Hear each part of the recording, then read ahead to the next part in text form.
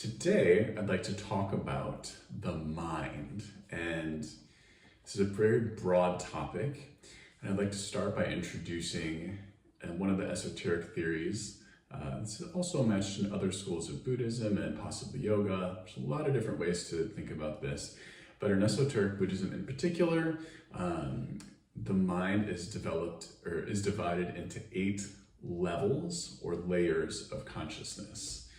And it's important to know what they are. It's important to look at the mind and know how it functions, because part of this esoteric practice is taming your mind or mastering your mind. I suppose really the overall goal would be enlightenment, nirvana, blowing out those fires of desire, quieting the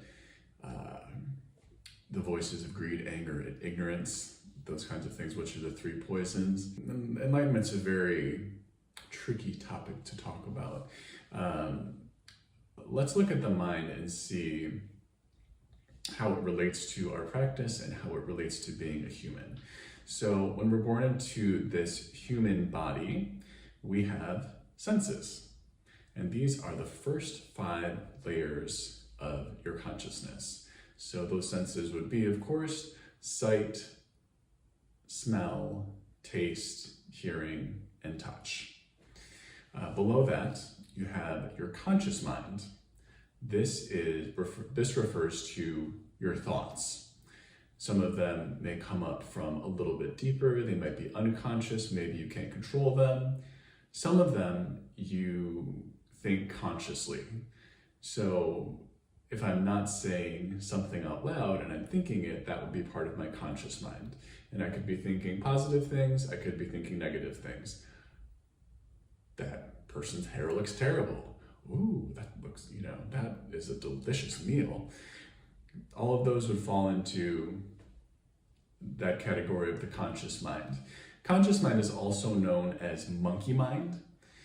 And when you meditate, traditional sort of seated, like a vipassana or slow breathing kind of meditation would be designed to quiet that monkey mind, or sort of put your focus on breathing and then see what comes up. So usually what comes up is part of the monkey mind.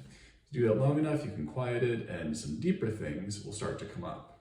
So below that conscious mind is I would think these 2 would be part of the subconscious, if you like Freudian stuff. But we would refer to the 7th layer or level of consciousness as the manas consciousness or karma consciousness. So it's here that karma, both positive and negative, is stored. That can include feelings, impressions, spirits or spiritual events or spiritual related things that are relevant to you. Maybe they were part of a past life. Maybe they were part of your ancestors. That's the kind of things we'll find in this manas consciousness. And then if you go deeper than that to the 8th level of consciousness, that would be called the Buddha nature. So you might also refer to this as your soul, your genuine nature, something like that. So basically the theory in esoteric Buddhism is that underneath all of these senses and your conscious mind and all of that karma, there already is enlightenment. There already is a Buddha. And through practice, we're trying to polish away all of the negative things and let that Buddha nature shine, bring that forward, make that the dominant part of our mind. So let's go back to the senses for a moment and why these are important. Your senses are an input. They're how you collect information. You use your eyes to read things, and you can read things that are positive or negative. You can read things that bring you joy. You can read things that might disturb you. Your sense of touch, that can go both ways. You could use touch in a negative way. You could strike someone. That's kind of using your body, but that would be, something that's related to touch. You could use touch in a positive way. You could give someone a hug. You could touch someone in a loving, comforting way and bring them something good. Taste, it's a little tricky. Your ears, your hearing, this is how you take in information. You can choose what you input through your ears. You can choose to listen to something like news, which has a specific flavor depending on where you get your news. But most people tend to think that news is a source of negativity, and it highlights what's wrong in the world and magnifies crime and the bad things that human beings do, saying that's information that's necessary to know. That's kind of controversial, but so whatever you think about that is that.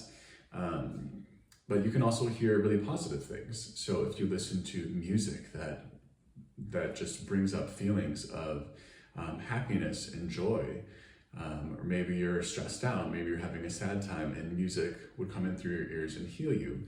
So all of these sensations, be they positive, negative, etc., pass through your senses, and then that information gets recorded it can be recorded in your conscious mind, things that you, like memories. It can also, some of those things can go deeper as well. Some of those things can stay with us, stay in the manas consciousness, and those would travel with you from your previous life to the next life, etc. So that also brings up reincarnation, which is a topic that we will get into another day. So that's one thing. So when you go beyond the senses, we also have the conscious mind. This is controlling your thoughts is very important, right? There's 3 poisons, and there's also 3 actions. So those, your body, speech, and mind. You could also refer to those as your actions, words, and thoughts. Can accumulate positive karma and negative karma. The thoughts can be very difficult. You can have conscious thoughts, you can consciously think nice things, you can stay on top of that, but it can be difficult to control your mind. Sometimes if 10 things go wrong, immediately when you wake up in the morning, even if you wake up with a smile on your face, those 10 things go wrong and can leave your mind feeling bad and feeling anxious. And so even though you had an intent, which was proactive and positive, you may have ended up in kind of a down place and a negative place and sort of, really feeling suffering.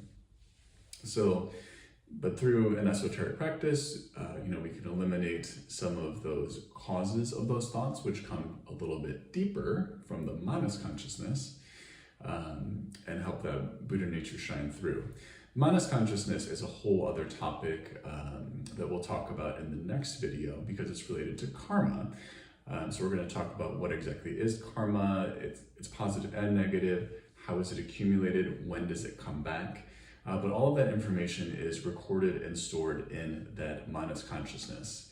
And then again, below that is your Buddha nature. So one takeaway from this video, remember that you already have enlightenment inside you. You're already perfection.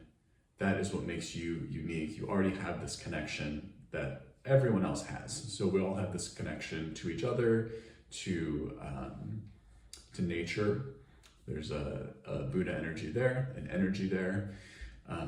So what we're trying to do is just uncover that. Very simple. So I hope this clears up some of the mystery of what your mind is, can give you a framework in which to examine your mind, and hopefully make your journey in esoteric Buddhism just a bit less mysterious.